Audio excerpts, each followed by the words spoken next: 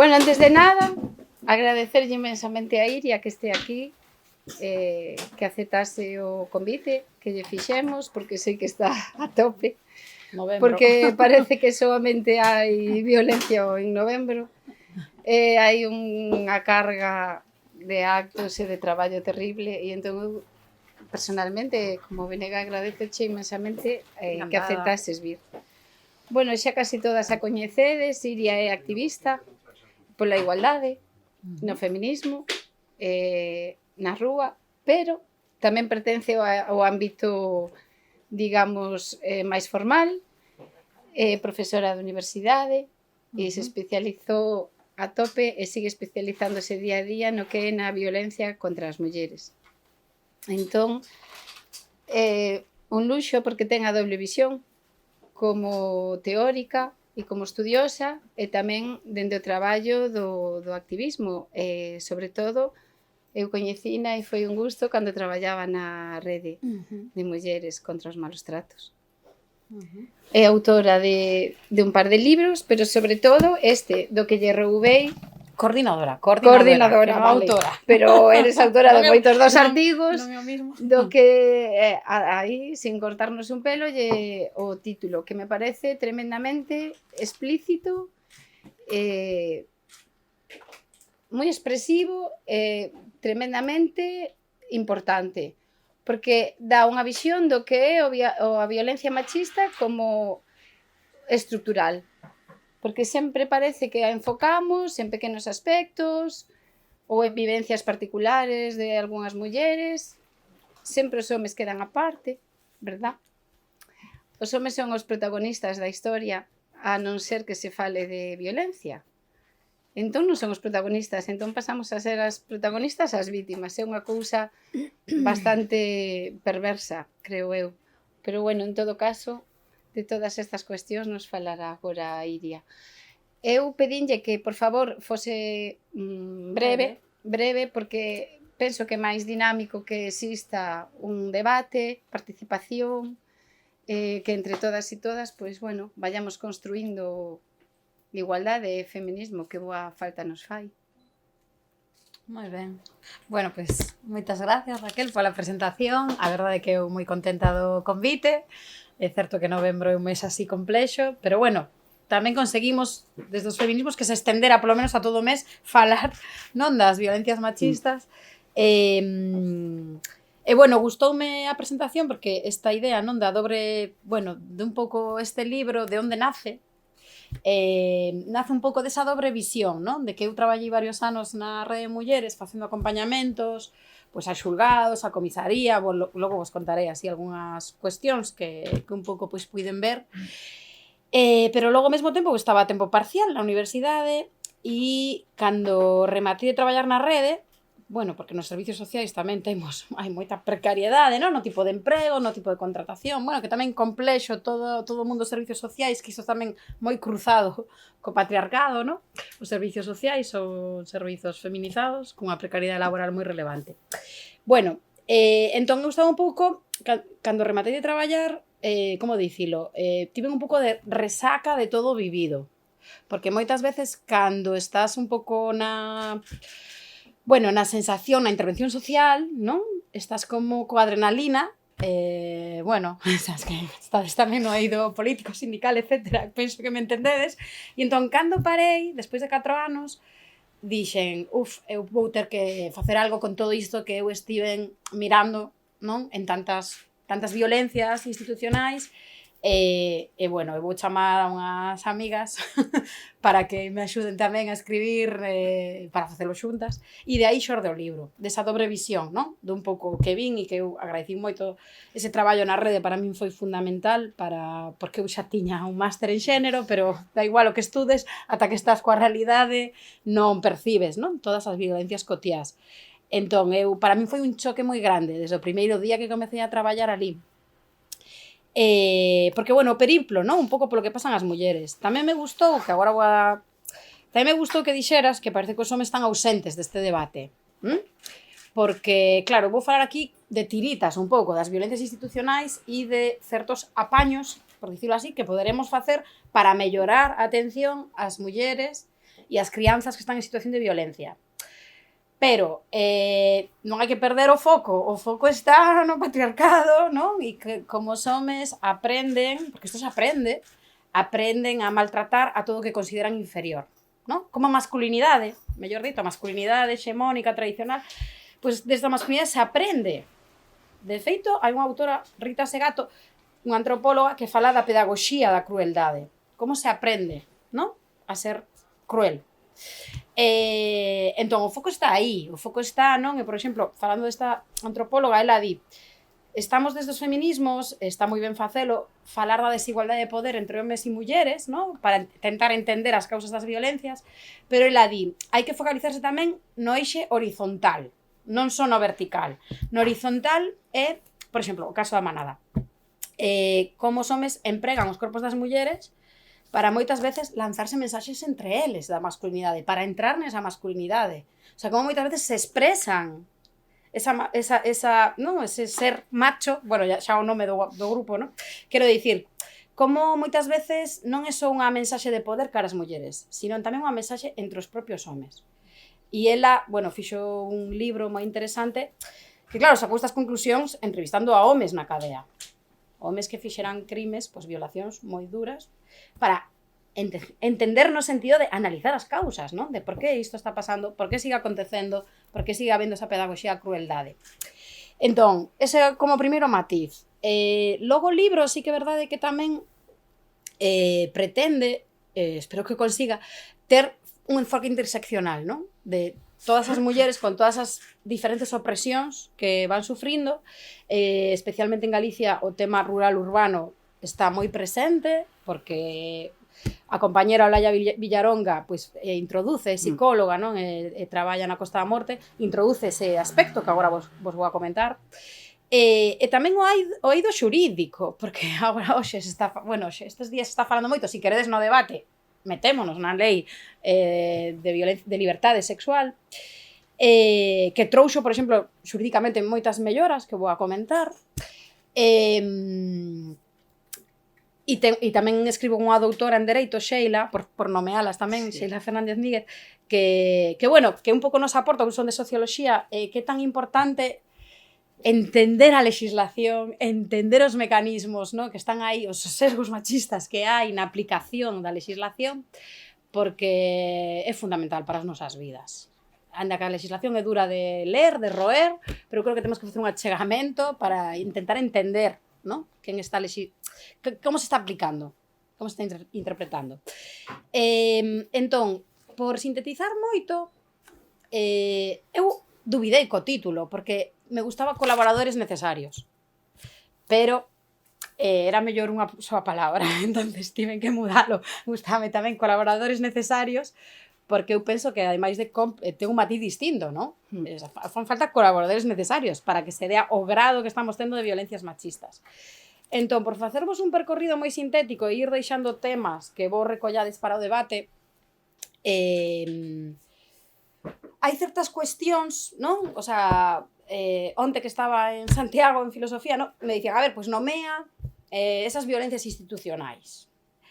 E entón, claro, por facer un percorrido, non? É moi difícil nomealas, pero bueno, vamos a intentar facer un percorrido de se eres unha muller que sufre violencias machistas. Entón, vamos a poñernos en dous casos, non? Por exemplo, unha muller que foi violada polo seu veciño. Poñamos por caso, non? Pois antes da nova lei, e a día de hoxe o van a mudar, pero a día de hoxe ainda acontece que, por exemplo, hai moitas axudas e medidas das que, ao mellor, non podías ter acceso porque o teu veciño non era a túa parella nin a túa exparella, era o teu veciño, e entón, por exemplo, non tiñas dereito ao teléfono a tempro de Cruz Vermella, que é un teléfono que faz así ante un caso de inseguridade, de violencia, e te dá ubicación. E entón, a traballadora social da Cruz Vermella dicía, non, ti estás fora da lei de violencia de xénero. Ti non eres vítima de violencia de xénero. Vale, é unha das cuestións que vai a mudar a lei de violencia sexual.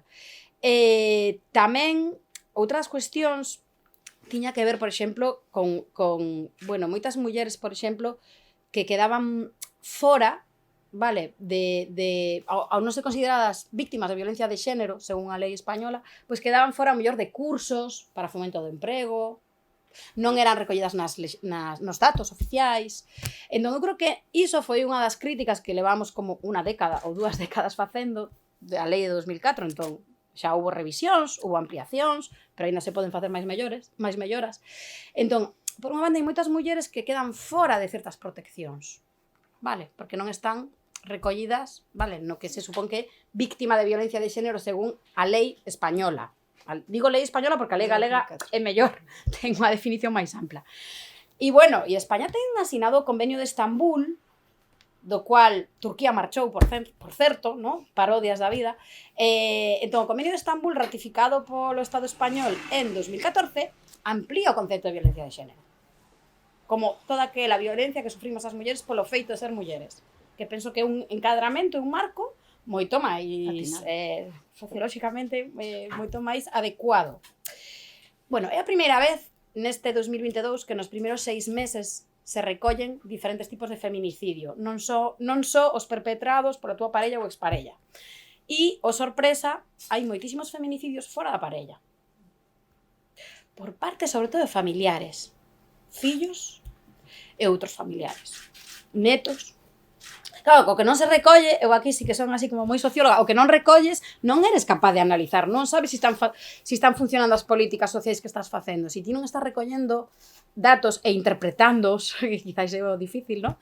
Ainda que teñan sesgos eses datos, sempre é moi importante facer esa diagnose. E a día de hoxe, é unha violencia institucional, que non teñamos unha diagnose ben feita sobre as violencias, non? Se fala moito das violencias, pero non temos aínda unha boa diagnose. Mellorouse, hai que dicilo, se están mellorando bastante. Por primeira vez se están recollendo datos do feminicidio. Entón, vamos a poñernos, vos dicía, unha situación sería esa muller que sufre violencias, pero non entra dentro da lei. Vale. E logo vamos a poñernos nunha situación de que ti eres agredida pola túa parella. E entón vas á comisaría a interpoñer unha denuncia. Vale. Entón, vas á comisaría ou vas ao cuartel da Guardia Civil. O que te acontece para empezar é que non hai prioridade para ti. Ti tes que esperar por orden a que outras persoas denuncien que se lle roubaron o móvil na praia. Bueno, tú esperas, depende en que comisaría, pero en cidades grandes podes esperar un par de horas, vale? E entón chegas a poñer a denuncia, sí, un par de horas esperando para denunciar unha violación. Chegas a poner a denuncia e te dicen, tes dereito a un abogado ou abogada de oficio. Tes dereito. E, por certo, é recomendable cando pos a denuncia, porque na denuncia tes que detallar todo, non sei se temos xente aquí do ámbito xurídico, pero tes que detallar o máximo posible a denuncia, non o máis grave que ti crees que che pasou. Entón, que pasa? Moitas mulleres din, pero canto vai tardar? O mellor tarda 3 cuartos de hora en chegar, ou hai que chamar o turno de oficio, ao colexio oficial de abogacía, e vai a chegar. Entón, moitas mulleres din, eu quero marcharme. Eu levo aquí 2 horas, eu quero marcharme. Teño medo a que veña o agresor á comisaría, que é un medo real, porque moitas veces aparecen en comisaría os agresores para interpoñer unha denuncia a sí mesmo. Entón, claro, esa tamén é unha violencia institucional, porque non facemos como urxencias, damos certa prioridade a mulleres que sabemos que van a interpoñer, o sea, que van a necesitar un abogado de oficio e van a esperar 1 hora máis. Isto para empezar, que sería como unha cousa tan básica, non? Tamén sería básico non ter que declarar, o sea, non poñer a denuncia diante de outras persoas, diante, o sea, ter un espazo, hai nalgúnas comisarías, nalgúnas, na Policía Nacional que o coidan. Ti moitas veces nun eido rural, eu me lembro en tú, e, bueno, a ver, en outras zonas, que, claro, é o posto da Guardia Civil e ali, pois, hai máis xente, diante, o que recolla a denuncia pode coñecer ao teu marido. Non hai ningún protocolo en esos casos. Me dicía a Guardia Civil, a ver, a única denuncia que non podemos recoller é contra nós. Si nós somos os denunciados, e yo non, es que só faltaba. Pero é o único protocolo que hai. Entón, bueno, se dan ese tipo de situacións na comisaría. Vale. Se necesitan máis espacios con máis privacidade. Tamén se necesitan, tanto na comisaría como nos xulgados, intérpretes para mulleres inmigrantes que non falan galego ou español, pero intérpretes que, ademais, saiban algo de violencia de xénero, tamén, vale? Porque moitas veces, por exemplo, estou pensando noutro acompañamento que facía Marín, unha muller marroquí, pois chaman a un home marroquí da zona, que coñece a teu marido, que non sabe se está interpretando ben. Bueno, pois este é un pouquiño algúns problemas que te podes atopar. Ao día seguinte vas ao xulgado, porque é o que se chama o xuizo rápido. Entón vas ao xulgado para, por si hai que poñer medidas cautelares, unha orden de protección, etc.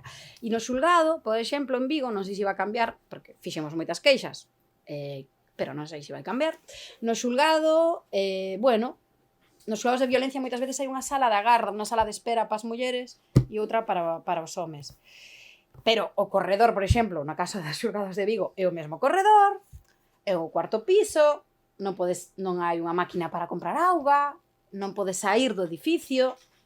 Se vas cunha crianza non hai un sistema de canguros, ninguén imaginou nun xulgado de violencia que as mulleres podemos ser nais, entón a veces te citan ás 9 da mañán, tes que declarar as 2 e tes que... E que faz coa crianza que sae do cole? Ninguén pensou iso? Pois tú verás como podes amañar esa situación e declarar tranquilamente. Nunha sala de espera na que tes que contar as túas intimidades diante de outras persoas, de outras mulleres, non había unha sala aparte, e conta... A ver, enséñame el parte de lesións, a ver, que pasou? Porque todo é como un cuarto de hora antes de declarar. O sea, é durísimo emocionalmente. E nos xulgados, máis alá de toda a necesidade de formación que ten a xudicatura, que é clarísimo, eu cando traballaba na rede, lles ofrecíamos aos xulgados e a... Bueno, na abogacía hai de todo, na abogacía hai xente que sí que quere formarse. Pero moitas veces eu me teño escrito co colexio, co Consello do Poder Xudicial. Entón, moitas veces a sensación que moita xudicatura que non se teñen que formar, eles non teñen que formarse, eles xa saben todo.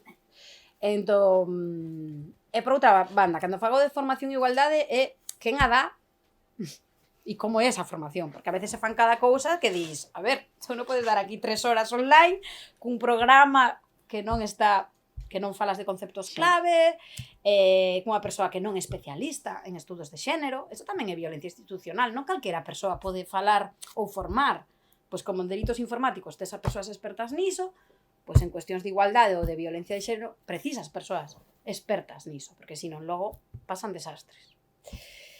Vale, nos xulgados, no eido xurídico sería para mí, se queredes logo abordamos detalles, para mí serían un dos buratos negros totais na atención ás mulleres e ás crianzas en situación de violencia. Hai un equipo forense dentro dos xulgados, non sei se coñecedes, o IMELGA, que, bueno, pues ten persoas de traballo social, de psicología e de medicina, tres especialistas, e tampouco se lles exixe formación en igualdade nin en violencia de xénero. E un equipo forense que vai avaliar, ou pode avaliar, si así unha das partes o pide, ou o xuizo ou a xuiza o pide, vai avaliar, valorar si ti es víctima de violencia psicolóxica. Unha persoa que, mellor, nunca fixo unha formación sobre cuestións de violencia. Emite unha opinión. Vale, eu aquí vou a ser crítica, porque xa que tamén dixeches que son profe, que fui un profe na Universidade de Coruña, na Universidade de Vigo, bueno, quero dicir que xa coñezo diferentes contextos. O que é increíble que no ano 2022 en carreras como Dereito, Medicina, Psicología, Traballo Social non haxa materias obrigatorias de igualdade e violencia de xénero. Non é xa pedirlles logo que se formen. O sea, como non está eso? No. Claro, cando dis nas institucións dicen, bueno, la autonomía universitaria. Bueno, a autonomía universitaria es que estamos dando medicina como se estivéramos. A ver, estamos dando traballo social. Eu incorporo nas miñas guías docentes, pero realmente es que fan falta un cambio de introducir materias para que logo saian realmente esas persoas formadas. Estamos facendo un sesgo. Estamos un sesgo totalmente machista nos currículos, porque eu me lembro, un alumno de Dereito, que me lembro que, falando con él, me dicía, es que eu sei que logo vou a ter que atender a mulleres en situación de violencia. E eu non din nada na carreira sobre como facer unha escoita activa, que é o ciclo da violencia, como pode estar esa muller, nada, absolutamente nada. E o turno da abogacía, o sea, o turno para estar en violencia de xénero son 2 tardes, nas que falas da lei, de cuestións procesuais, pero non falas de evitar a violencia institucional, de como facer unha escoita activa, de respeitar a privacidade, diso non se fala nada. Entón, se van acumulando, vale, se van acumulando fallos, ata chegar a violencias estruturais, institucionais, pois moi flagrantes. Ben, sigamos con esa muller que foi a comisaría, foi aos xulgados, e agora, bueno, pois...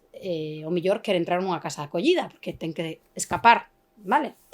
Entón, pode ir nunha casa acollida, fanlle ali unha entrevista na casa acollida. A casa acollida, por exemplo, unha cousa que tamén aprendes é que non se poden levar moitas cousas a unha casa acollida porque non hai espacio. Entón, as túas pertenzas, che din, non podes traer unha mochila. Entón, as túas pertenzas quedan na casa da tua exparella. Entón, nunca, en xeral, nunca as vas a recuperar. Porque a ver que muller vai despois dun ano a recuperar as súas cousas a casa das súas exparellas. Non as vas a recuperar. Entón, non sei como é posible que non teñan uns concellos, un lugar para almacenar cousas durante uns meses. Entón, moitas mulleres, coas súas crianzas, traes unha mochila, non temos espacio, porque eu teño feito acompañamentos ás casas, a coller cousas, e claro, as mulleres pois collen roupa, e tens que dicir, lembra das túas cousas de valor. Porque, ya, pois que a tele non a podo llevar. Es que, non.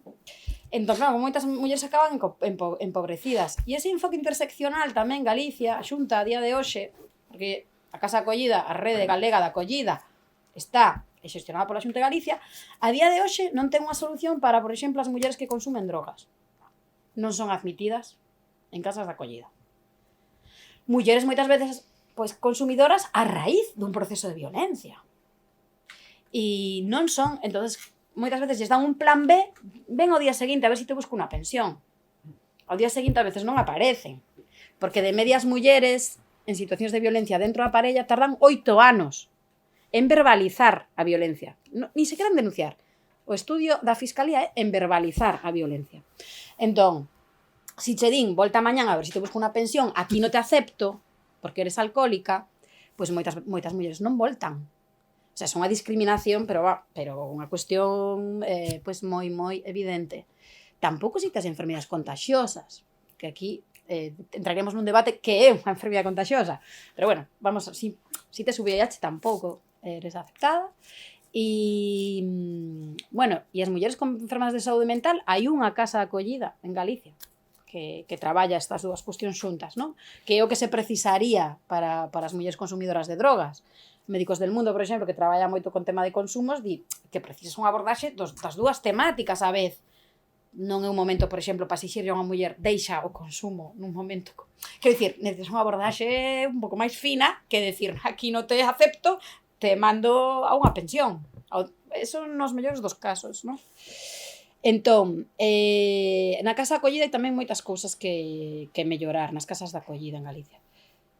E bueno, eu creo que na policía sí que quero tamén dicir que aínda que é certo que melloraron algunhas cousas, sobre todo as policías especializadas entre aspas, entre todas as aspas que podamos poñer, es que eu me lembro, que claro, ademais de acompañamentos fixen entrevistas para o libro, non? Entón entrevistaba a policías, entón a veces hai que rir porque senón tamén é dramático. E entón lles preguntaba, bueno, e a quen mandades a UFAM? Que é a policía especializada en violencia de xénero da Policía Nacional.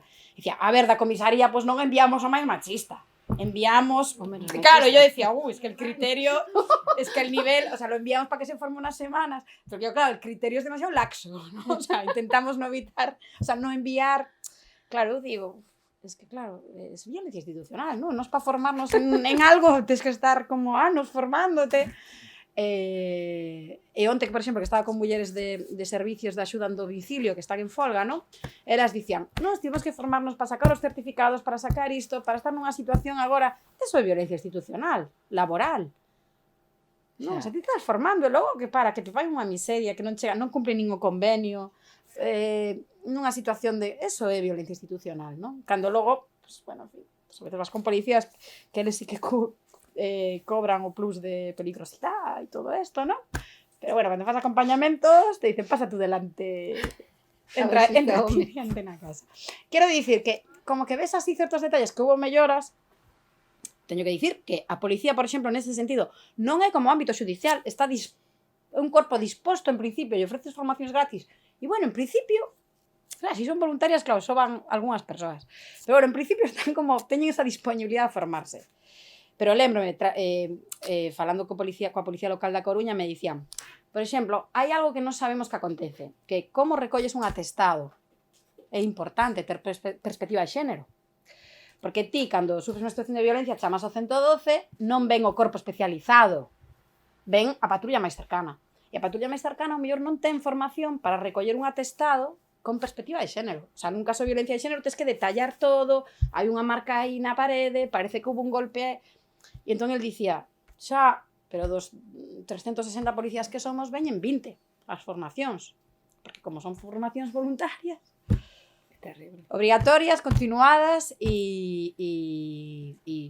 bueno, e realizadas por persoas expertas. Eu poñería así un pouco en servicios sociais, se queredes, tamén podemos falar de toda a subcontratación que existe, da falta a veces de calidade nesa subcontratación, da violencia institucional e de discriminación territorial cara ao rural, porque en Burela, por exemplo, que tamén traballo, en Burela, por exemplo, ti supostamente, por poñernos un exemplo, habería exemplos máis cercanos, pero, por exemplo, ti si sufres violencia de xénero, tes dereito a 10 sesións, porque hai un acordo co Colexio Oficial de Psicología, a 10 sesións, que a ver quen saiu dunha relación de violencia con 10 sesións. Pero bueno, con 10 sesións. Claro que en Burela non hai psicólogas ni psicólogos ali, porque claro, é un programa voluntario no que psicólogos e psicólogas serán de alta para atender. Logo cobran, porque é como un acordo, un convenio, bueno. E en Burela non hai ninguén. Entón as mulleres teñen que ir a Lugo. Que muller va a poder ir a Lugo? Pois o mismo pasa con outros, tamén con outro tipo de puntos de encontro familiar, que son os lugares onde se intercambian as crianzas. Entón, pois, o mismo, en a Illa de Arousa, pois, tes que ir a Cambados. Sí.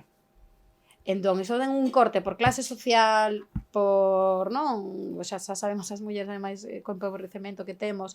Entón, bueno, por deixar aí como diferentes situacións, porque todo o que contei, se aínda vamos ao rural máis periférico, pois, todo se multiplica, non? Non hai salas de espera, estás na mesma zona, agardando ao xuizo que o agresor e os seus familiares. Entón, todo isto que contei, agora habería que multiplicalo por, bueno, pues outras discriminaciones territoriais super duras. Entón, bueno, sinto porque non entrei, por exemplo, en temas de mulleres con diversidade funcional, que tamén están as compañeiras Ana e Fedra, que son agora as que levan a Morada, non sei se coñecedes, vale, pois elas traballaron en APAN con mulleres con parálisis cerebral e fixeron un grupo de mulleres e contan, non? Todas as violencias institucionais tamén de mulleres con mellor que nunca as levaron a unha consulta de xinecoloxía na súa vida, que non saben o que é a regla, que, o sea, un nivel, non, de violencia institucional. Claro, eu tamén aquí teño que facer un pouco de autocrítica ás veces coa rede de asistencias. Claro que non nos chegan, claro, non vos chegan. Como van a chegar? Tes que ir a onde están elas, tes que ir ás súas residencias. As mulleres de servicio de atención a domicilio detectan violencia. A veces son as únicas mulleres que entran nos fogares. Por que non valoras ese traballo? Por que non recolles toda esa información? Por que non... Entón, moitísimas mulleres que te imagínate que o agresor sexa o teu coidador. Como te vai levar ao CIM, ao Centro de Información das Mulleres? Quero dicir, pero aí tamén un pouco de autocrítica, porque estas mulleres non chegan aos servizos, non chegan ás asociacións, pero nos teríamos que ir a onde están elas. O polo... Bueno, podemos empezar na rolda. Sí, porque eu xa dixen todo negativo. Agora podemos... Bueno, dixen tamén que houve cambios positivos. Sí. Porque mencionaches a folga das traballadoras do SAF. Algunhas das violencias que sufren esas traballadoras que é violencia institucional, pero claro, violencia institucional é o mundo en xeral no que vivimos. Porque a historia das mulleres e as mulleres en nos mesmas, pois estamos minusvaloradas. Entonces, todo o que ten que ver con nós está así mesmo minusvalorado. Entón, unha das violencias que sufren é que cando van aos domicilios e atenden a homes, pois é o acoso sexual. En plan, ti estás aquí para o meu servicio e o primeiro xa é tocarlle as tetas. Sí. Así de entrada, para ir presentándose. E unha violencia da que non teñen defensa. Porque se se queixan a súa empresa, o único que fan é retirarlles ese traballo que é do que viven. E entonces están continuamente expostas. Sí. Expostas e en tensión. Bueno, é que hai o que increíble, o sea, por unha banda estou moi de acordo, non? Toda esa violencia institucional, pero hai que ir poñéndolles nomes, porque senón é como, parece todo un rebumbio, hai que ir poñendo situacións, nomes, e neste caso Aclarando. Violencia laboral, acoso sexual, e claro, tú podes facer inspeccións laborais neses contextos, porque sempre se tomou que os domicilios privados claro que podes facer inspección laboral, claro que podes exixir ás empresas non só ter protocolos, sino aplicalos con perspectiva feminista, e poñer, e que realmente, claro, que non estean baixo o xugo un pouco de que se queixa, lle damos menos horas ou lle quitamos, porque moitas veces é o problema que teñen. Claro. Xa, o mundo laboral é un mundo masculino, o que nos incorporamos posteriormente está feito pos homens. Iso é unha cousa que estamos mudando pouco a pouco, pero... Cando falas de que as inspeccións sí poden entrar nos domicilios, non sei atrás facendo un curso polo tema do teletraballo, si é certo que a inspección non pode entrar nun domicilio privado. Depende como. É máis difícil, non é o máis mismo, difícil. efectivamente. Entonces, eu creo que as traballadoras do SAT pasalles exactamente igual, non? Depende do convenio que teñas. Porque, bueno, pero o convenio estamos falando de que é a casa dunha persoa privada, non é unha empresa, sabes? Entonces, aí é certo que non está regulado. Pero é tan fácil como no convenio introducir que haberá unha revisión, porque moitas veces elas teñen... Claro, pero en este caso, se fan un convenio, a familia que acolle unha traballadora ten que acollerse a esas condicións para poder a inspección entrar na súa rúa, Sí, na súa casa. sí. Pois claro, ti no caso do teletraballo, por exemplo, que tamén hai o tema deste de violencia laboral, sobre todo as mulleres que piden o teletraballo para o tema de conciliar, que ao final acabas traballando co rapaz colgado, a sartén e todo o rollo, non vai facer nada. A violencia tamén a sufrimos nós, porque somos nós as mulleres as que máis nos acollemos a esa situación, non? Do teletraballo, neste caso. E as condicións que os empresarios nos teñen nas casas, e a inspección de traballo pasa, olímpicamente. Xa pasa nas empresas, imagínate aí. Porque o primeiro que che dicen é como vamos a entrar nós nunha propiedade privada. Xa, o que pasa que eu creo que hai cousas, como dicilo, hai cousas que é importante deixalas escritas, independentemente de que logo a inspección laboral vaya menos, pero é importante dicir que ese non é un espacio libre para abusar, porque iso que non pode ser. Claro. E agora mesmo é un espazo libre para abusar. Pero mellor si o que dices ti de poder regulalo nos convenios cando te acolles ao sistema de pedir... Vamos a ver, ti pides a lei de dependencia, ti estás suxeita a unha serie de requisitos, a unhas horas, a uns euros por hora como familia cando contratas, non? E che dan o grado 1 unha hora a semana. Pois do mesmo xeito te poden dicir, bueno, pois haberá un certo control das condicións nas que traballan esas mulleres, porque eu onte, por exemplo, non, a muller María José que estaba ali comentando, que unha traballadora da zona de Ourense dicía, a ver, que incluso a veces as condicións nas que están os fogares son condicións moi complexas para traballar. Terribles. Entón, a ver, es que non pode ser tampouco unha vía libre como as internas, que sería outro tema no que abordar. Pero, claro, todo o que nos parece a nós é que non está regulado. Bueno, é que ata fai 2 días, literalmente, as empregadas do fogar non tiñen dereito a paro. Ata aquí iso chegou a Unión Europea. Es que, mellor, hai que levar as cousas ao TJUE e o Tribunal Europeo dice, pois resulta que sí. Que aquí hai unha discriminación indirecta por sexo. E as empregadas de fogar deberían ter dereito a paro. Os xulgados aquí en España todos dicían, no, aquí xa di a lei que vos non sodes de réxime xeral. Sí, pois vamos a ver, explícame por qué. E tivo que chegar a Luxemburgo. E foi aí, foi por unha empregada de fogar que denunciou en Vigo, Pero foi porque houbo eso, senón non se tivera mudado esa legislación. Bueno, non sei, pero tardaría máis. Foi porque houve unha sentencia do TJUE que dixo, España está incumplindo, aquí unha discriminación indirecta por sexo. Entón, hai por moitísimos sectores laborais que as mulleres en realidad sempre traballamos, non? Ao longo da historia, o que pasa que non se nos recoñecía moito o noso traballo. Pero houve, bueno, claro, moitísimas situacións nas que todo o que facemos, os sectores feminizados están menos valorados social e económicamente. E logo, está estudiado, isto xa é unha cousa, pois como xa é como rizar o rizo, que o concepto de gueto de terciopelo, que o nome é bastante hortera, pero o que significa é que os sectores que se van feminizando se van precarizando. Mira a sanidade. Ou a abogacía. Entón, claro, vamos a ver, é que estamos ante cuestións que son, non é que non podamos entrar, é que se foran o mellor homes os que realizaran ese traballo, xa verías como o mellor, pero como somos 90% de mulleres, e aparte mulleres moitas veces en situación irregular, con moi difícil loita colectiva.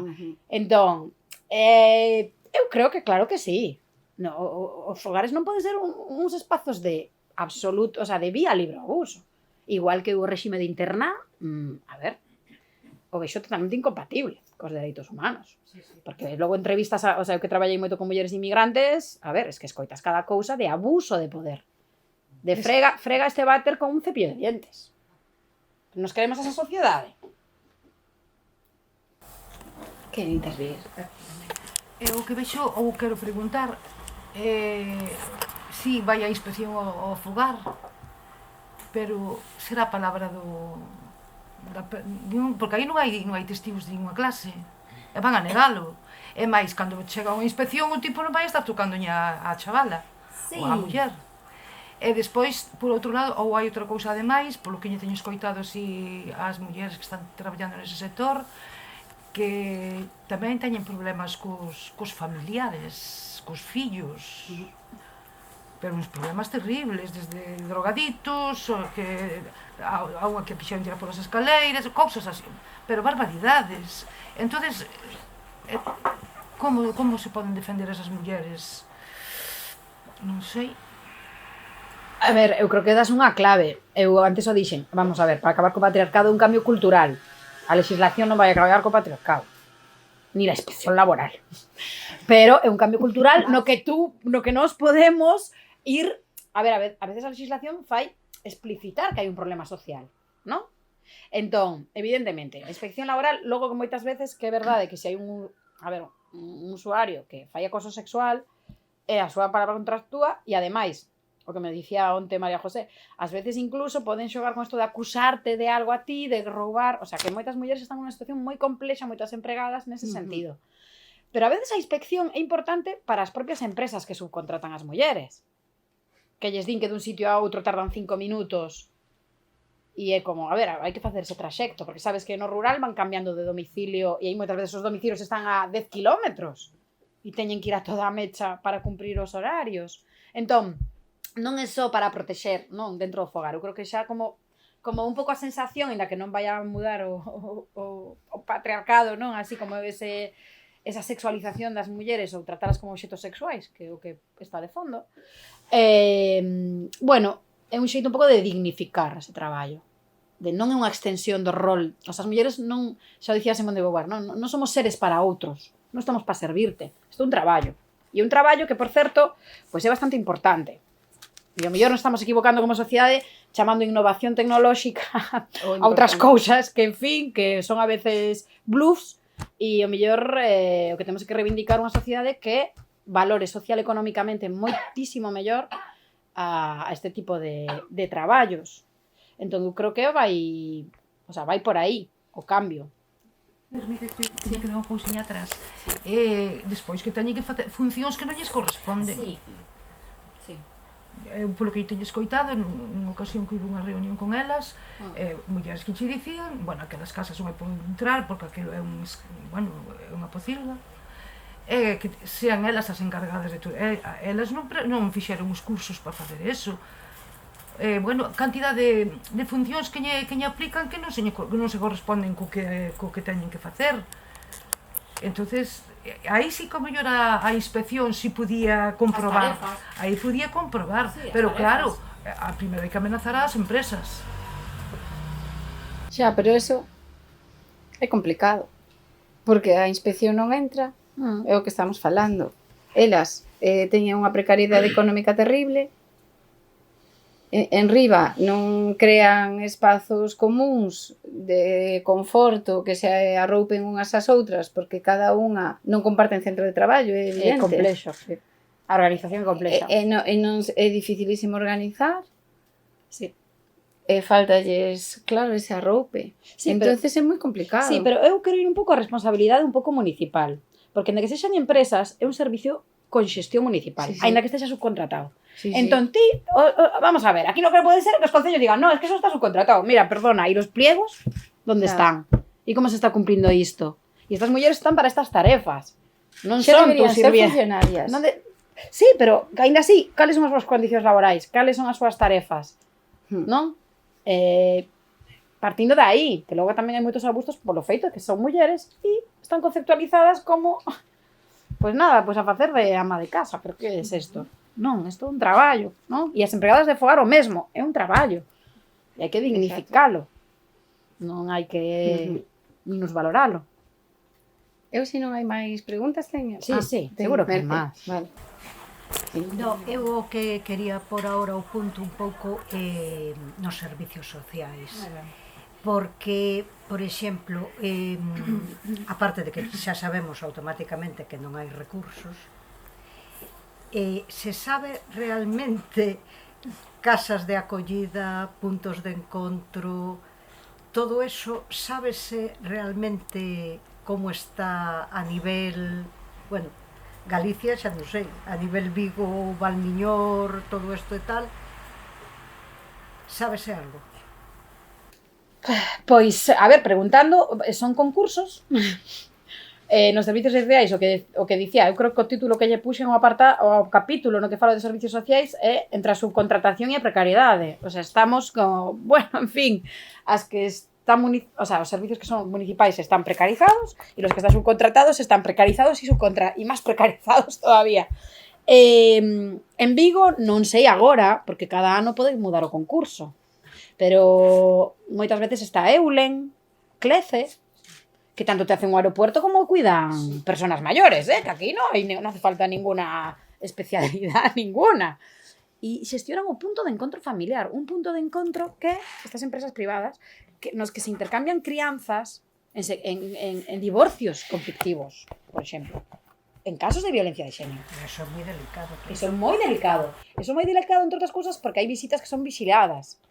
Que pais, o sea, nais co mellor piden, por favor, aquí que isto se xa vixiado porque este home é agresivo, está ameazando, que a legislación mudou e en principio as visitas se restrinxen en casos de violencia. Foi un cambio positivo. Pero deixan unha porta aberta, que moitos xuíces acollen esa porta aberta, que dice, bueno, poderá ser excepcional en el caso de, por el interés superior del menor, que queira ver o pai. Bueno, entón, que pasa? Que neses intercambios de crianzas, ti si tes persoal formado, que saiba detectar violencias, é super importante. Como colla un neno, como se vai no coche, que acontece aí, é un detector de violencia, o sea, unha persoal formado aí, e é máis, ese persoal, moitas veces, cando hai denuncias, é chamado polos xulgados para que declare o que está observando. Ben, e nos pligos exiximos unha formación especializada en igualdade? De cantas horas? Cunha formación, cunha titulación acorde? Non. Pois eso, pois tipo Clece, Eulen, que te hago un aeropuerto, que te hago un punto de encuentro. O sea, eso que non pode ser. Eso con respecto aos puntos de encontro. Logo, os teléfonos de atención a víctimas. Outro tema. Os teléfonos de atención a víctima. En Galicia está subcontratado. Hai unha ti chamas, hai o 016, é unha desconexión Galicia, si dis que queres ser atendida en galego, por exemplo, non? Entón te colle o teléfono, pois traballadoras, moitas veces traballadoras sociais ou psicólogas dunha empresa privada, un call center.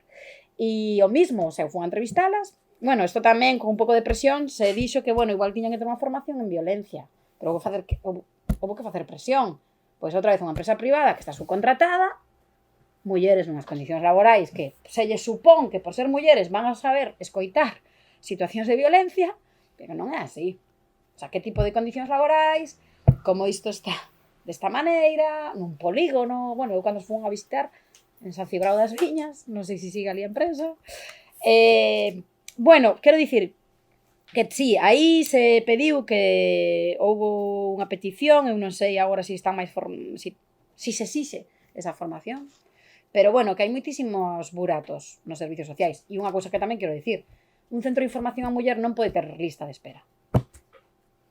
Ti non podes chamar, despois de 8 anos nunha situación de violencia, chamar e que che digan, pois para dentro de 10 días.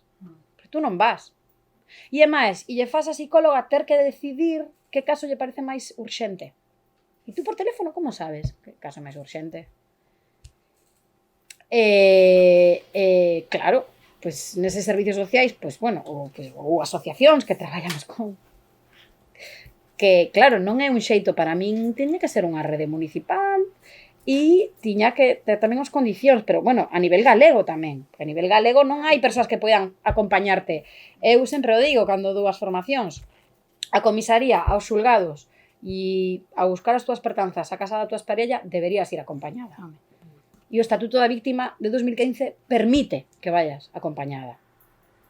Pero os servicios municipais non teñen, o sea, non teñen xente para atenderte, o sea, quero dicir, están saturadas no CIN como pa que te acompañen aos xulgados.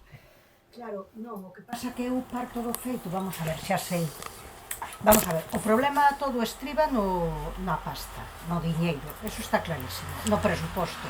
Porque, por exemplo, en Vigo, CIN, hai só un CIN. Sí. Claro, eso é impensable. Primeiro, ten xornadas solo de mañán. Quero decir, eu vin casos aí, pola tarde, un caso, que me pasou estando eu ali, de tarde, a última hora, aparecer unha rapaza con un neno pequerrechiño dicindo que acababa de deixar ao home que se decidira, acabara de deixalo e chegou ali. Pechado. Claro, entonces, quero decir, a donde a mandas? Ata o día seguinte, nada. Claro, pero se acaba de deixar a casa... Supuestamente habería unha solución, que é que alguén, como un policía, bueno, unha traballadora claro. social, alguén lle fa un informe de que sí, que é víctima de violencia, entón poda ir a unha casa acollida. Para ir a unha casa acollida non tens que denunciar. O sea, hai moitos nin para ter asistencia psicolóxica. Isto foi unha mudanza tamén positiva. Que hai unha serie de servizos que se poñen a túa disposición denuncies ou non. Claro, pero quen acredita que eres víctima? Necesitas que alguén, un día a 7 da tarde, pois ir a alguna asociación, ir a alguna... As traballadoras sociais non están tampouco, as comunitarias de base, pois como que irades chamalas. Entón, tens que buscar a alguén que che faga ese papel para que ti poidas facer unha entrada nunha casa acollida. Eso tiña que estar mellor regulado. A ver, tiña que haber un servicio municipal que para emerxencias ten que funcionar. Un teléfono de emerxencias no que polo menos haxa unha persoa que poida acreditar para abrirte a certos servizos. Non digamos un vernes por la tarde, que ata o luns que faz? Volver como maltratador. Claro, é que o problema é ese. Non, vamos a ver, ese día acabamos na comisaría de policía. Pero claro, vamos a ver, te sintes totalmente impotente e mal, entendes? Sí. Aparte de que, bueno, de que eu parto do feito de que un CIN para todo Vigo, eso é impensable. Sí, a veces non é só un problema de orzamentos, tamén está a lei esta que fai que non poidas contratar a persoal. Se poden gastar en outras cousas, pero non personal, e é como, bueno, vamos a ver, en servicios sociais temos un problema de persoal, justamente. Non temos un problema de dame pasta para comprar carpetas. O sea, temos un problema de persoal, que é o central nos servicios sociais. E tamén de formación, pero eso é transversal a todos os ámbitos. Que a día de hoxe hai concellos que non teñen un plan de igualdade. Entón, dices ti, un concello que nin se molesta, que está obligado a non ter a día de hoxe un plan de igualdade activado, que lle vas a pedir?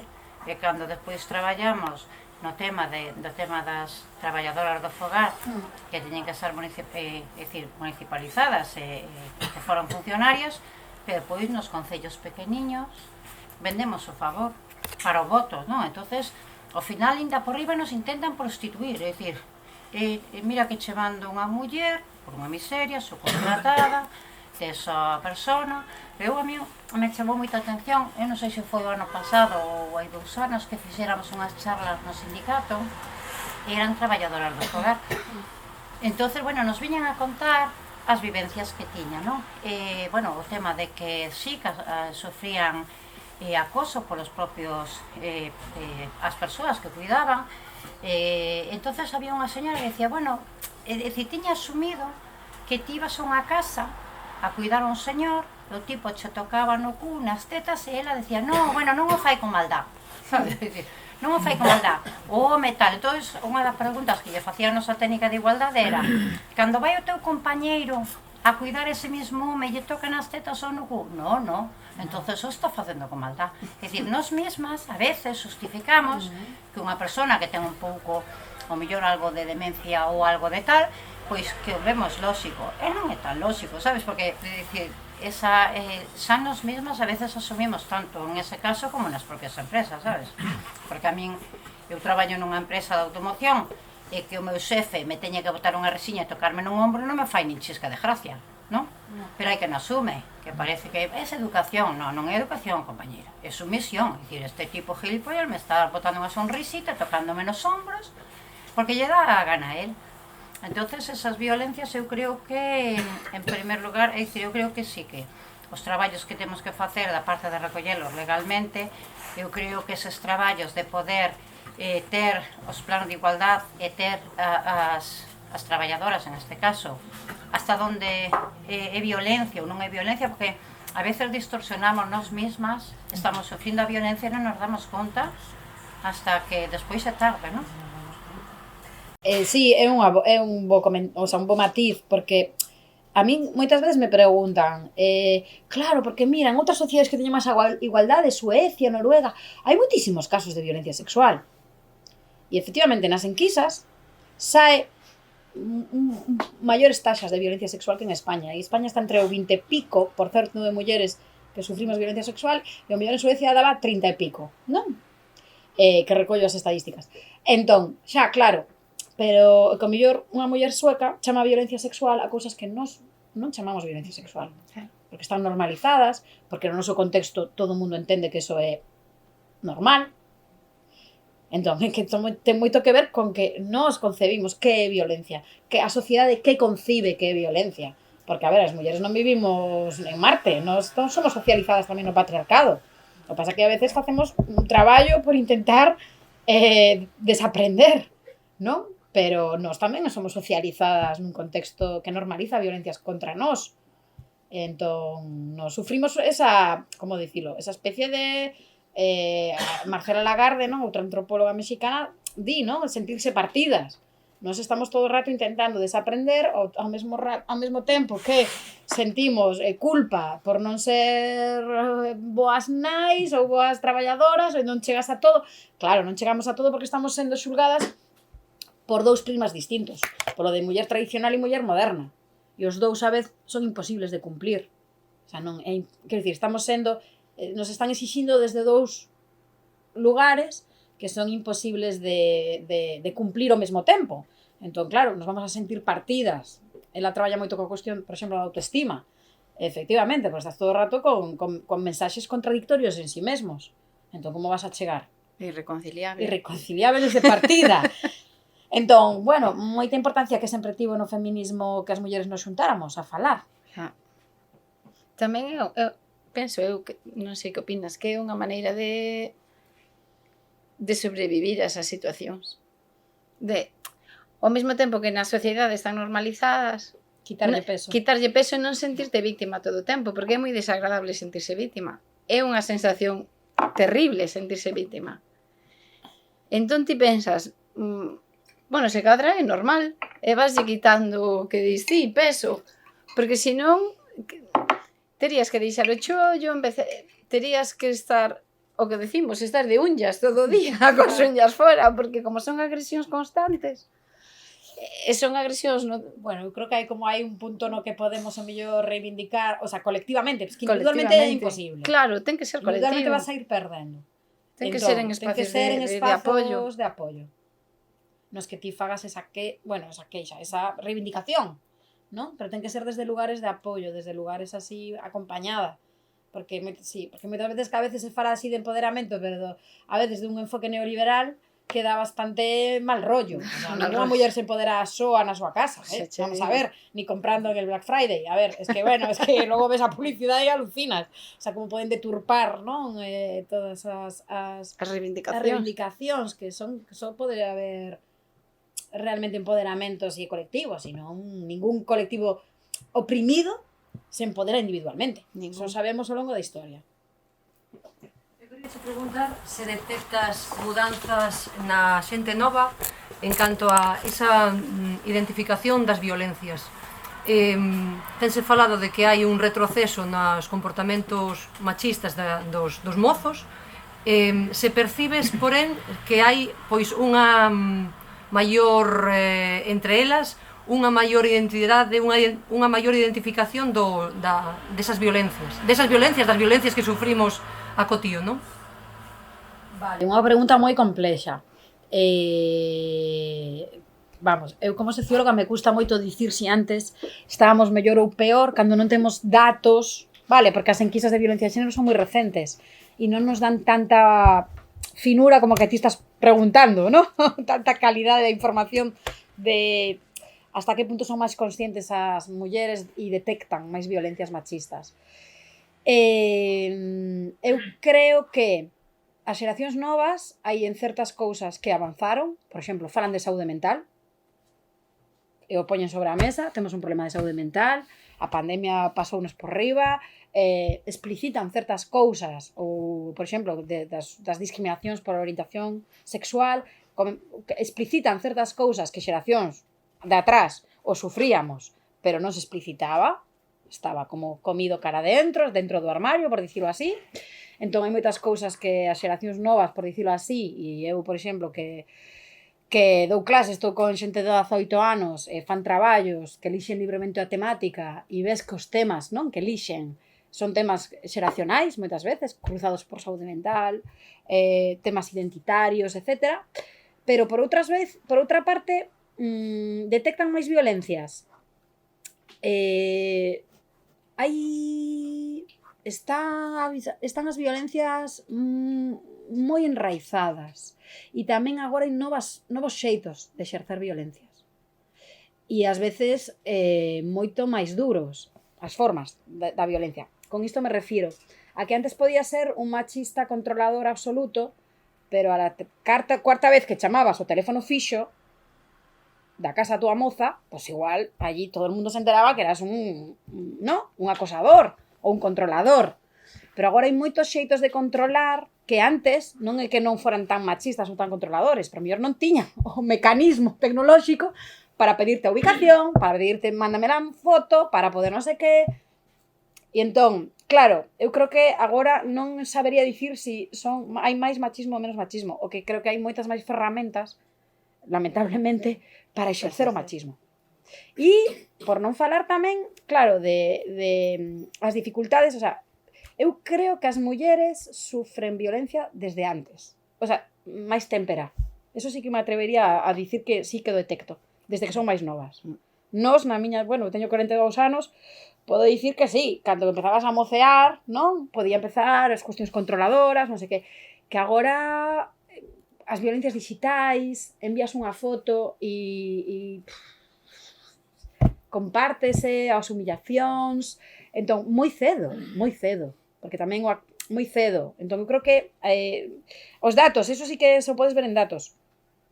As mulleres entre 16, 17, 18, 19, 20 se recollen as estadísticas nas enquisas de violencia, sinalan moita violencia de control. Moito máis que as mulleres máis maiores. En porcentaxes moi elevadas.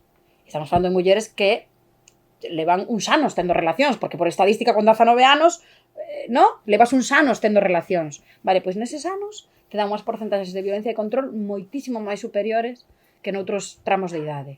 Entón, eu creo que están, non me gusta moito dicir sufrindo, están exercendo contra elas violencias desde moito antes.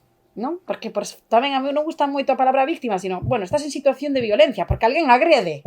Vamos a visibilizar o protagonista na frase. Alguén exerce violencia contra ti desde antes e durante máis tempo e a través do eido digital.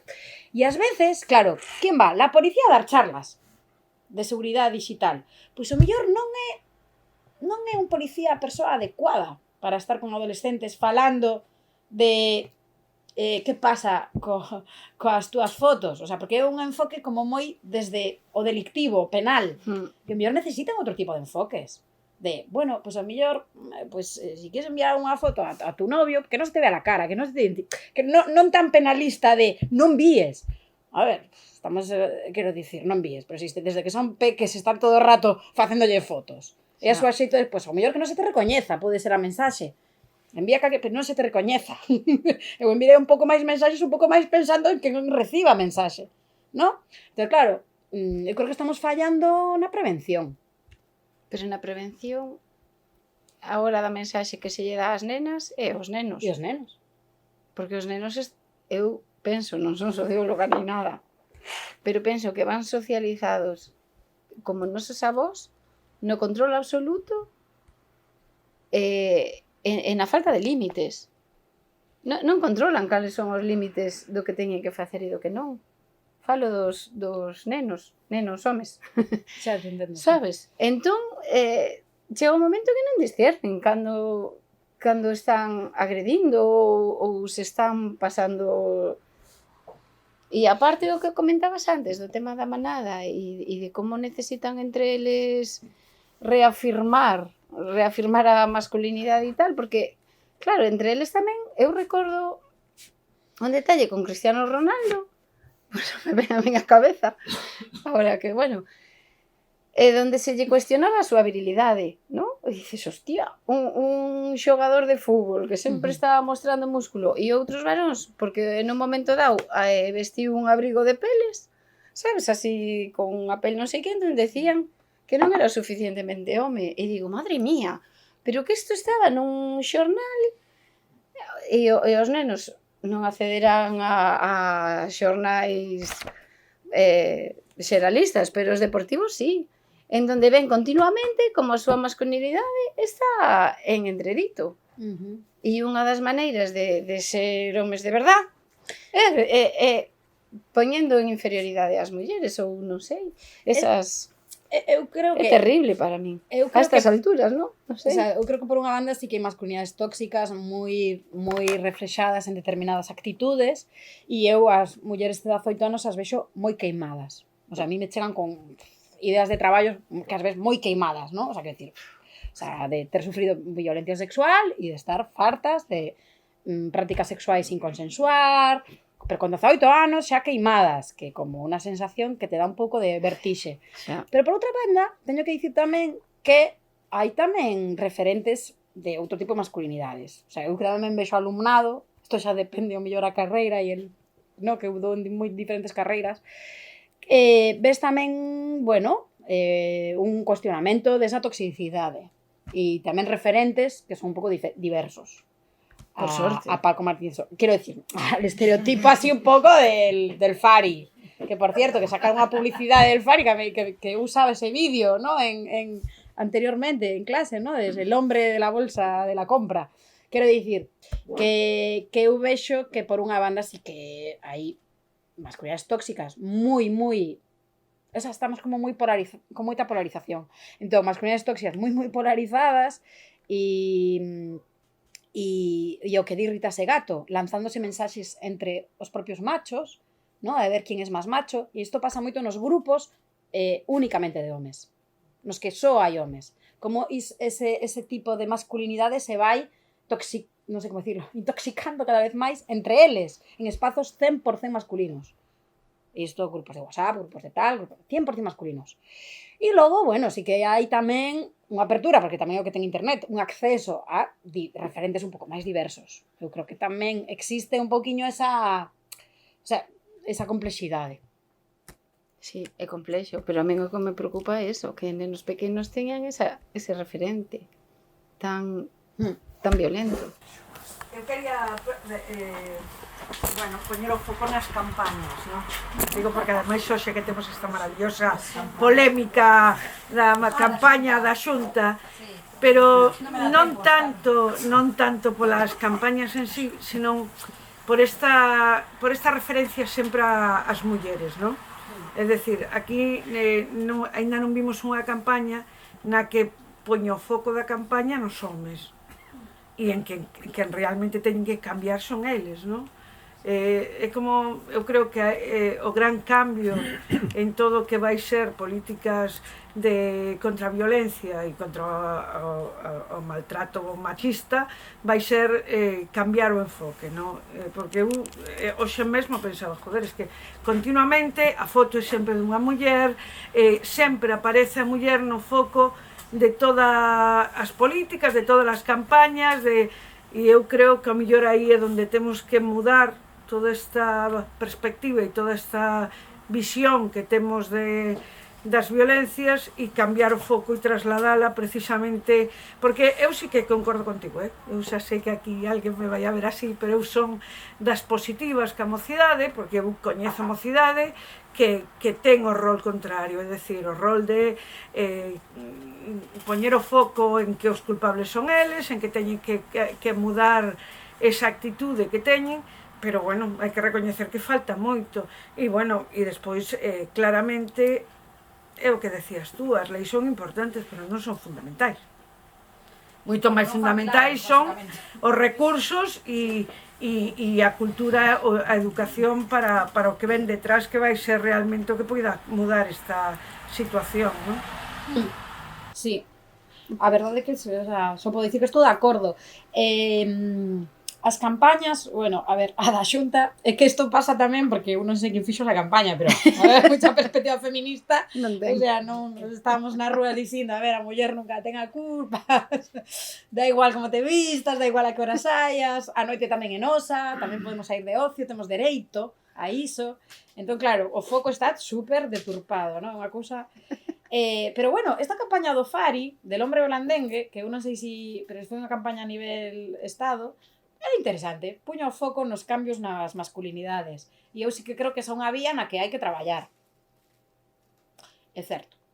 É certo tamén que a Xunta tiña un programa que se chama Abrámolo Círculo, que era para homes que detectaban, non para homes sentenciados por violencia, era voluntario para homes que detectaban que tiñan algún problema de agresividade, imagino que sigue existindo, non? Eu, cando estaba coordinando o libro, puxeme en contacto co programa.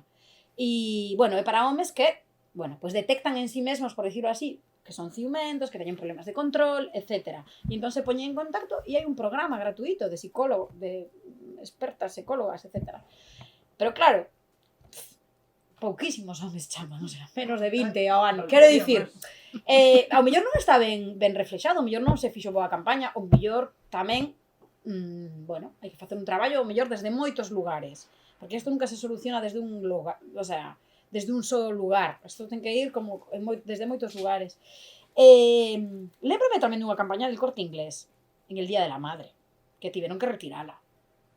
Que era el Día de la Madre, 98% resignada, 1% Esa era terrible. era terrible, e a tiveron que retirar. Quero dicir que hai certas cousas que eu creo que tamén como sociedade, porque eu, por exemplo, que dou Socioloxía de Consumo este cuatrimestre e lles poño publicidade dos anos 60, 70, 80, hai certas cousas de roles familiares que xa é como...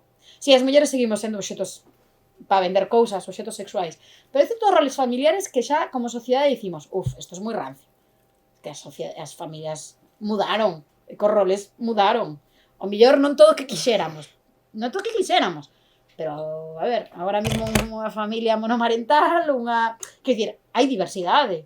Outra cosa que non apareza reflexada, pero hai diversidade. Eu aí discrepo. Pero a forma sería non incide tanto na campaña como nas propias políticas. É dicir, seguimos pedindo políticas de apoio ás víctimas, que por suposto son fundamentais, e non quero decir con isto que haxa que retiralas, senón ao revés, hai que implementalas e incrementalas, pero sí que o mellor hai que empezar a poñer o foco, aparte de un apoio ás víctimas e demais, en quen provoca esa situación, non?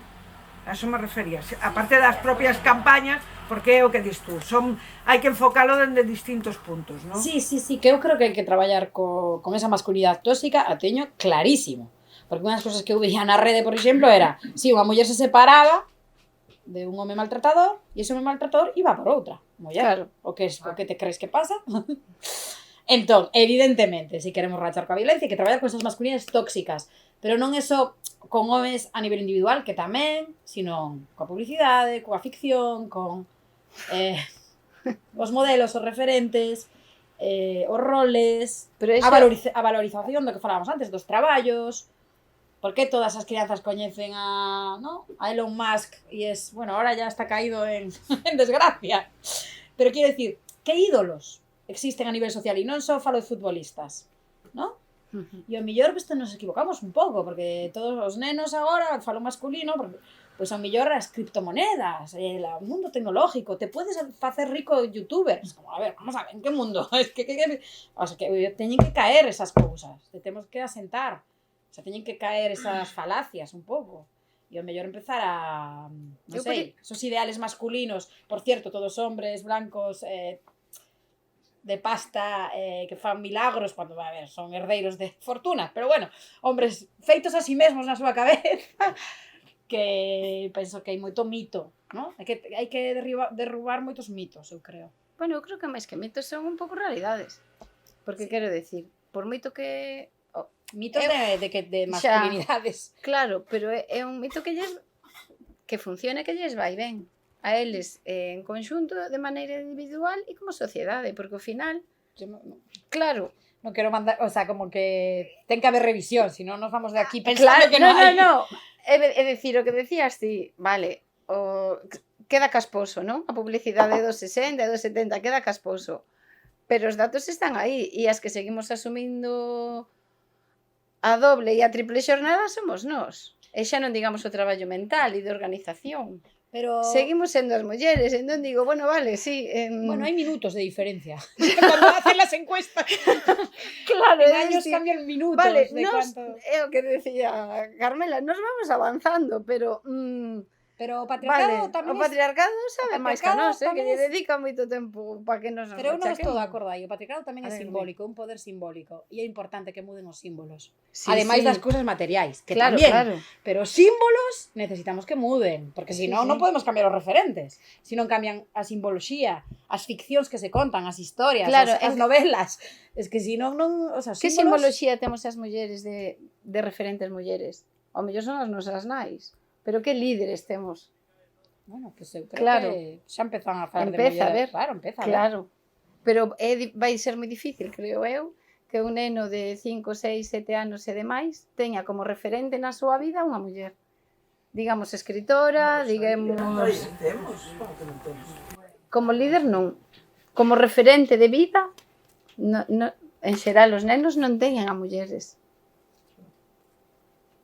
Sí, aí sí que en Galiza, pois, temos un privilexio importante ter a Rosalía como referente, pero non é como referente de comportamento, de vida e de feminidade. Porque tamén falta visibilizaras, E ademais, en cuanto se visibilizan, e vou poñer un exemplo que non me gusta nada, que é o fútbol, vemos as futbolistas rebotadas da selección española que está chapado aí, que non se entere ninguén que aí son moitos frentes. Hai un mogollón de tías que dixeron xa está ben de que nos tratedes como nos tratades, non? Eso non sae nos medios, non se entera máis que algunhas que facemos por enterarnos, pero que realmente o propio sistema non xera esos referentes, non? Eu vi a Fran un pouco, non me acordo, co Carlos, co tenista non? Que lo ponían como el máis joven, non sei que, e decíamos, ostras, e todas as tías que levan saindo moito antes que él, pero ninguén as coñece, claro, porque non saben. Sí, pero fíxate, sí, pero son un apunte que o ano pasado din Socioloxía do Deporte, es que na carreira, por exemplo, que sexa unha muller, Alexia Putellas, a que ganou o Balón de Ouro, eso é relevante. Son modelos relevantes. E no deporte, por exemplo, está habendo mudanzas. Sí, pero eu decía que son referentes para as mulleres. Pero é raro un home, un xogador de 5, 6, 7, 8, 9, 10 anos que diga eu quero ser como Putellas. Os deportistas, o sea, os que se dedican a, bueno, os que están facendo... E iso é importante. Claro, pero xa empezan, por algún lado tens que comezar a visibilizar. Es que o patriarcado leva demasiados séculos, por algún lado tens que empezar a visibilizar, non se cambia... Bueno, porque esas mulleres tamén están facendo moitísimo traballo. Claro que sí. Eu era a raíz do que preguntaron antes. Eu quería preguntarche, agora están aumentando as denuncias de mulleres, precisamente mulleres moi xóvenes. Hai máis agresividade, máis violencia agora ou simplemente que as mulleres se atreven a denunciar? Eu que vexo aí a historia, a ver o que está pasando. Vale, é unha pregunta moi acaída. Que haxa máis denuncias non significa que haxa máis violencia. Para nada. Significa que a xente perdeu medo a denunciar e que se fala máis do tema, está na xenda. está presente. O único que podemos facer é a través de enquisas, que tampouco é que nos dan datos, quero dicir, son datos aproximados, vale? Porque cando ti preguntas si sufriches violencia ao longo da tua vida, sufriches violencia por parte da tua parella, anterior parella, a ver, necesitaríamos que se fixeran cada ano unha enquisa estatal para responder a esta pregunta que estás facendo tú tan importante. Temos máis violencia que fai 15 anos? Temos máis violencia en rapazas novas, que tamén preguntaba ela. Temos máis violencia en mulleres maiores, por certo. Temos máis violencia, non o podo respostar porque non facemos enquisas cada ano. Podo dicirte algunhas tendencias. Hai máis violencia de control sobre as mulleres novas? Sí. Eso sí. Pero que denuncien máis, o mellor é porque, bueno, porque coñecen alguén que denunciou e perden o medo un pouco a ese mundo. Pero bueno, ainda así, logo chegas aos xulgados e hai moitas que non declaran ou non siguen coa denuncia porque é un ambiente moi duro. Que pasa? Que vivimos nun país no que a enquisa, o paro se mide cada 3 meses. O paro, a través da enquisa de poboación activa, se mide cada 3 meses. Pero a violencia cada 3 ou 4 anos. Entón, claro, eu creo que é unha pregunta moi relevante a que faz, porque eu, como socióloga, preciso saber iso para saber que campaña funcionou mellor, que política de igualdade está funcionando, se se está detectando máis. Temos un aumento de violencia sexual en grupo? Eu creo que sí. Pero nos faltan datos para sabelo. E isto por que é? Que pasa co porno 8 anos, quizáis porno violento, pero todo iso necesitamos analizar ou facer diagnoses, que sin diagnoses non podemos saber que políticas de prevención están funcionando, que políticas de igualdade están funcionando. Non temos esas diagnoses. Para a violencia sexual en grupo, pues esa masculinidade que estábamos falando de Rita Segato, é que unha mensaxe entre homes, que están usando o corpo das mulleres para lanzarse un mensaxe entre eles. Entón, eso necesita unha abordaxe específica. Porque un tipo de violencia sexual distinta, non digo ni distinta, que a violencia sexual dentro dun matrimonio. Que necesitas outra abordaxe psicolóxica, de detección, diferente. Pero claro, nos falta esa diagnose. Que se está avanzando, Porque xa vos digo que para a primeira vez que se están cuantificando en España os feminicidios fora da parella. A primeira vez, xaneiro de 2022. Oficialmente. En feminicio.net o recollían, pero oficialmente o necesitamos para comparar e facer as contas e analizar campañas e que resulta mellor os fillos e os netos. Aí está pasando algo cos roles familiares. Pero como non teñamos os datos, como vemos o que está acontecendo? Mira, a mí o que me chama a atención algo que moitas veces teño comentado con compañeiras, víctimas que chegan ao xulgado chocan coa realidade, non? Que ti coñeces, que estás ademais explicando tamén. Non entenden como se lles cuestiona, como se lles somete a un interrogatorio despois do que veñen de sufrir, moitas veces mulleres que padeceron violencia durante toda esa etapa de anos. Entón, baten cun sistema, síntense decepcionadas, cuestionadas, non é o que pensaban. Todo isto lévanos a min, concretamente, a dicir, bueno, en que mundo vivimos, que trasladamos a estas persoas que se lle está dando, por un lado, un número que teñen chamar, que, por favor, non sesas a seguinte, todas esas campañas, pero que ao final chegan ali e din, pero que isto non é o que me estiveron vendendo. Eu atrévome agora a romper co meu agresor, deixando atrás toda a miña vida, as miñas pertenzas materialmente, moitas din aguantei polos meus fillos.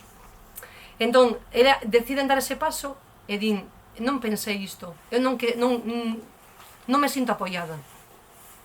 E despois, polo outro lado, temos os homes, que din, e que claro, agora as mulleres tedelo todo, e ides e denunciadesnos, e por nada, e porque mira cantas denuncias falsas hai, e os medios de comunicación lanzando esa imaxe, non? Aquel home que non sei onde, e entón, claro, eles aférranse a iso, porque se sinten no seu privilexio socavado, non? é falso completamente, pero esa mensaxe, como é posible que esteamos mandando esas mensaxes tan contradictorias a elas e a eles? Eles, por un lado, siéntense atacados, a elas mándase a mensaxe de que están completamente protegidas cando é completamente falso. Como rompemos con iso? Porque ademais iso forma parte das campañas, forma parte da educación, forma parte da formación, non? Eu penso que si, a transversalidade... Pero é que chega tanto a unha cuestión xa de integridade física, esa muller que decide romper con iso e que está incluso poñendo a salvo o mellor a súa vida, pero que non sinte ese apoio e ao final é como efectivamente deixala caer ao vacío, non? Sí, es que explicaches moi ben, non teño moitas respostas. Eu sigo con preguntas aínda, quero dicir, eu non teño como respostas. Eu creo que nos xulgados eu lle faría unha pregunta ao Consello do Poder Xudicial. Hai porcentaxes, hai estudios de cantas mulleres non continúan coa denuncia, non declaran contra o agresor, porque retirar a denuncia é un concepto, non declaran contra o agresor. A Fiscalía podería seguir de oficio, vale? Non declaran, teñen dereito a non declarar, e a veces non declaran por medo a que a cousa. Dicen, mira, nos separamos e me esquezo desta movida, porque isto vai ser peor. Moitas. Entón, hai estudos e que mostran porcentaxes moi altas de mulleres que non continúan, non declaran contra o agresor. Entón, o que hai que facer é analizar por que non declaran. Que está pasando nos xulgados? Por que non se sintan apoiadas? Por que teñen ese medo? O Estado capaz de protexelas cando denuncian? Porque nas noticias dicen a muller non denunciara. Sí, bueno, porque o foco hai que poñelo cando denuncia e resulta que asasinaron. O Estado está protexéndoas, realmente. É que, supuestamente, hai, tamén me escribí non sei cuántas veces coa policía e co Consello do Poder Xudicial, hai unhas, non sei como dicilo, pois unhas tobilleras, pois se poñen nos tobillos para si te achegas, para as órdenes de protección en homes, bueno, pois con risco, tal, de agredir, e que non se están utilizando. Bueno, moitas creo que é porque teñen custe económico, pero moitas están nos caixóns, nin sequera temos datos de cuántas se utilizan e cuántas non, porque é totalmente opaco ese tema. Entón, ti realmente cando a muller denuncia puxeches todas as ferramentas para realmente protexer a súa integridade física, psicolóxica, etc. Entón, claro, logo, a ver, pois eu entendo que, o sea, para empezar, a muller ten que tomar as súas decisións autónomamente porque de paternalismos vamos servidas. Por outra banda, pois, evidentemente, hai que poñer o foco a lupa que pasa nos xulgados.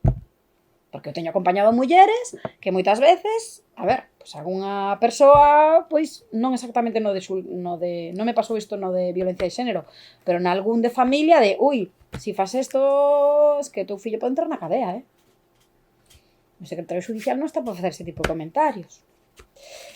Entón, claro, que está pasando? Pois que necesitamos facer aí lupa de que está pasando. Non estamos protexendo ben todas as violencias esas cotiás e eso, o foco e que está pasando? Temos que facer tamén mellores campañas para que os homes, o que ti dis tamén, pois se unan e se sensibilicen e vayan a desaprender como nós temos que desaprender, que eu creo que tamén o foco ten que ser ese, no? O patriarcado é un sistema económico, militar, simbólico, cultural, que temos que desaprender colectivamente, homes e mulleres. Entón, creo que o foco debería estar aí como máis claro. E o foco moito tamén nos grupos de masculinidades tóxicas. Esos así tan homoxéneos. Homoxéneos me refiro, a grupos así masculinos. A cuadrillas. Sí. Sí. Pois un pouco. Hai unha profesora en Carnavo de Long na Universidade Autónoma de Barcelona que traballa tamén sobre violencia de dereito. E claro, que o foco ten que estar aí, en que está pasando cos xulgados.